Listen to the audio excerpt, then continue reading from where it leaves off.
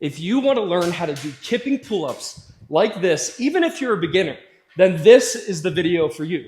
That's because in this video, I'm going to cover the 6 steps to do a proper kipping pull-up, including 2 steps that everyone seems to miss. And if you stick around to the end of the video, I'm actually going to give you a completely free step-by-step training guide on how to do kipping pull-ups. Let's get started. First, we need to talk about what is a kipping pull-up. It's really important to remember. You need to make sure that you start or pass through full lockout of the elbows. So I either start with the dead hang, or if I'm jumping into it, I have to pass through full elbow lockout. That's the start of the movement.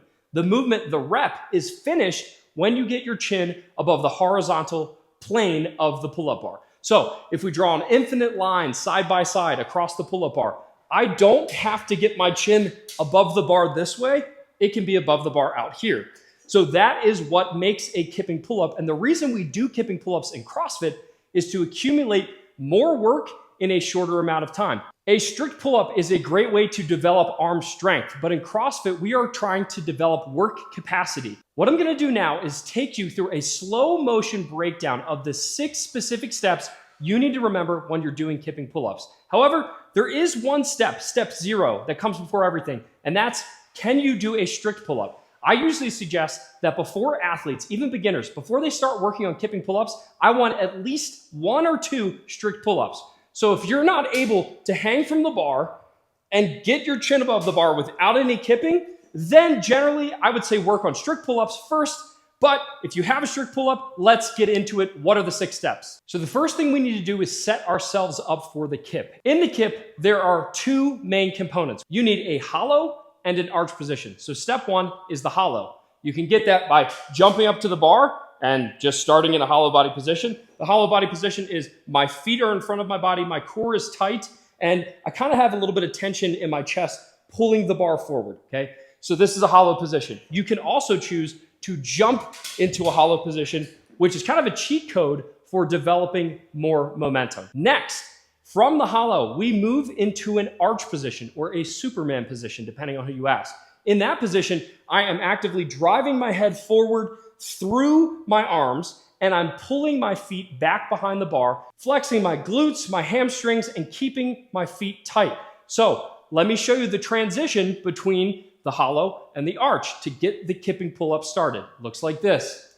Hollow, arch, okay? In that arch position, I feel a stretch running from my hands all the way down the front of my body through my core, which is causing a lot of that momentum all the way back to my feet. So we start hollow, arch, and then from that arch position, we have developed tension. It's like a rubber band stretching, getting ready to snap, or a bow and arrow ready to release an arrow.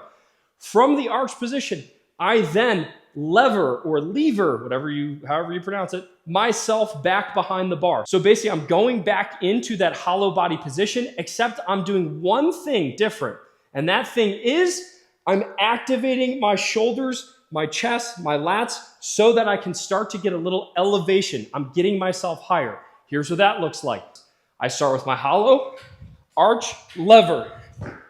See how much higher I got on that lever position? I pull down on the bar. I can think about pushing down on the bar, and that starts to give me that lift to get myself up towards the bar. Step number 4, and this is the first missing piece that everyone seems to miss. If you are not good at kipping pull-ups, you're probably missing this part, and that is the pop. So this is where we do a hip pop. That hip pop takes our core, so think literally your core, your abs, your glutes, your quads, and it generates momentum that enables me to, with momentum, get my chin above the bar. So here's what it looks like. Again, hollow, arch, lever, and then from that lever position at the almost apex, so at the highest point of that lever, that's when ever so slightly, but aggressively, I pop my hips. Here's me demoing in full speed. It looks like this. You'll notice that when I'm going back into that lever position, I often tell athletes it's important to have a slight bend in your hips and a slight bend in your knees, because when I have that little bit of a bend, that gives my hips somewhere to go. If I tried to do that lever position perfectly straight, I have nowhere to pop my hips. So if you're missing the hip hop, you might not be ever so slightly bending your hips and your knees to actually leave room for the hip pop. If you are someone that is missing the hip pop, kipping pull-ups are gonna be way, way harder for you. It might look something like this. And that's where I do all the steps, but every time I pull up, my feet are going in front, and I feel like I'm using my arms too much. And that's because in that demonstration, I'm pulling up, but I never actually opened my hips to generate that momentum into the bar. If you just can't figure out how to do the hip hop, I want you to think about this. Think of it as a frog kick. If I told you to do a max effort set of pull-ups and you're struggling, and you can't get the last one, naturally your body's gonna do this. Ugh. You're gonna do a frog kick. It's not gonna look pretty, but your body knows that if I kick, it's gonna help give me the momentum to get my chin above the bar. So when you're doing kipping pull-ups, if you feel like you're missing the hip hop, just ever so slightly think about kicking down, doing a little bit of a frog kick. That will help you open those hips and get that pop. As soon as you get the hip pop, almost simultaneously, that is when we actually start to use our arms and pull. What's crazy is we're already at step 5 and you literally have not started pulling with your arms. It's mostly your kip and your core and your hips generating that momentum, where the pull only happens at the very, very end. So again, hollow, arch, I lever back, and you'll see I have a slight bend in my hips, slight bend in my knees. When I'm at the top of that lever position or right before it, I pop my hips, and then immediately after I pop my hips, it's like a 1-2 punch, I pull into the bar. Here's what it looks like now at full speed. That was a chest to bar, wow. When you use your hips and you actually pop and pull with the proper timing, you will be amazed how easy it is to get your chin above the bar, or even your chest to the bar, or even a bar muscle up. All of these things are tied hand in hand. So remember, as soon as you pop, that's when you pull. A lot of athletes mess this up because they start pulling too early, they don't pop their hips, or they pull before they hip pop and it messes everything up. If you don't feel like you are floating above the bar with speed and aggression, then you are probably mixing up the timing between the pop and the pull. It goes pop, then pull, not pull, pop. It's pop, pull, and they happen almost simultaneously. The hip hop happens just before we start to actually pull our chin over the bar. And the last and final step, if you want to do unbroken kipping pull-ups, this is another one of those 2 missing pieces, and that is the push. Push, it's a pull-up, Ben. Here's what I mean. When I do a kipping pull-up, hollow, arch, lever, pop, pull, the rep is complete as soon as my chin gets above the bar. However, if I want to set myself up for the next rep, I need to rewind. I need to get back into the same exact position that I started the movement with. If I drop straight down, then I will have no momentum, and that's what I call the dead drop fault. I just drop under the bar, I have no momentum.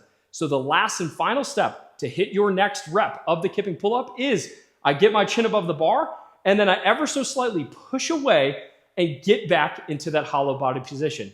Here's what it looks like in full speed. It's here, and push, push, push. When I push away, it gets me back into the hollow position, and then you guess it, you're back at step 1, ready to go into your next rep. If you're an athlete that can do 1 rep fine, but you're struggling to do multiple unbroken, and you look like this, it's probably because you're not pushing away. So again, if I go up and I come straight down, I have no inertia, I have no momentum. The key is when you get your chin above the bar, you slightly push away, like you're saying, get away from me, bar, and it sets you up for the next rep. Okay, so I'm gonna break it down for you one more time. Do a set, and I want you to notice all the individual pieces of the kipping pull-up that we talked about. And in the comments below, let me know what is 1 missing piece or 2 that you have in your kipping pull-ups. All right, let's do it. So again, it's hollow, arch, lever, pop, pull, and push. And if you have all those elements, you'll be able to do a lot of kipping pull-ups.